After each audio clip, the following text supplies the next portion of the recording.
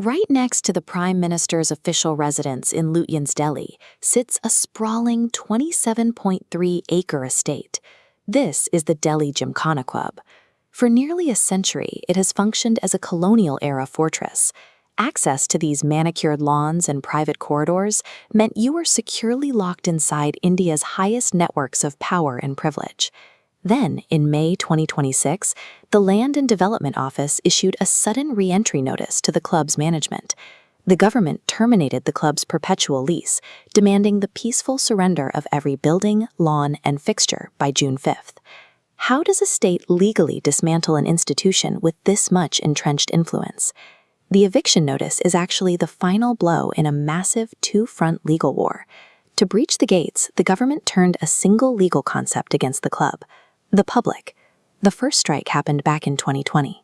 The Ministry of Corporate Affairs launched an intense inspection into the Gymkhana's internal management. They utilized Section 241(2) of the Companies Act, alleging the club was conducting its affairs in a manner prejudicial to public interest. This chart shows a massive disparity in how the club allocated its budget. Despite being a non-profit registered to promote sports, less than 2% went toward athletic activities. In contrast, roughly 30% was spent on expensive wines, cigarettes, and beverages. That extreme deviation directly violated the foundational requirements for holding a Section 8 nonprofit status. The tribunal also uncovered a rigid internal nepotism system.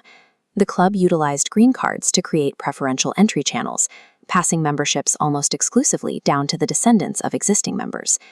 This flow graphic shows how ordinary citizens subsidize the elites.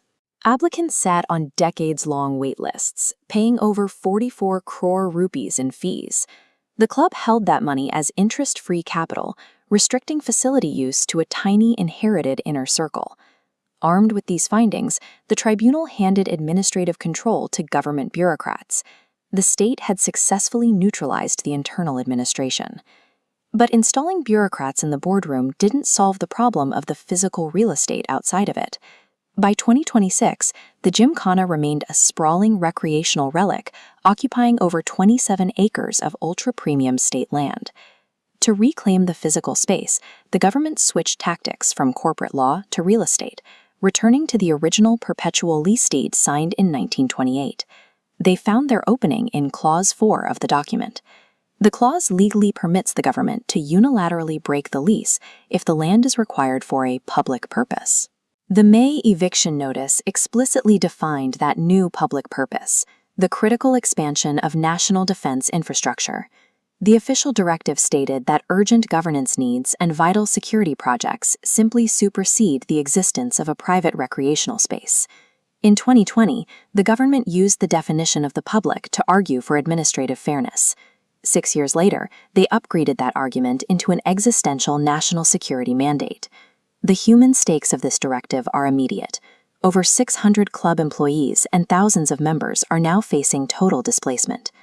The club immediately approached the judiciary, setting up an urgent, high-stakes hearing at the Delhi High Court scheduled for May 26th. The outcome is binary. The club will either secure a last-minute judicial stay to pause the clock, or the historic enclave will be entirely bulldozed for state use by June 5th. The state bypassed decades of entrenched power by systematically evolving its legal strategy. By first targeting the administration and finally the land itself, they successfully weaponized the concept of the public to tear down a fortress of historical privilege.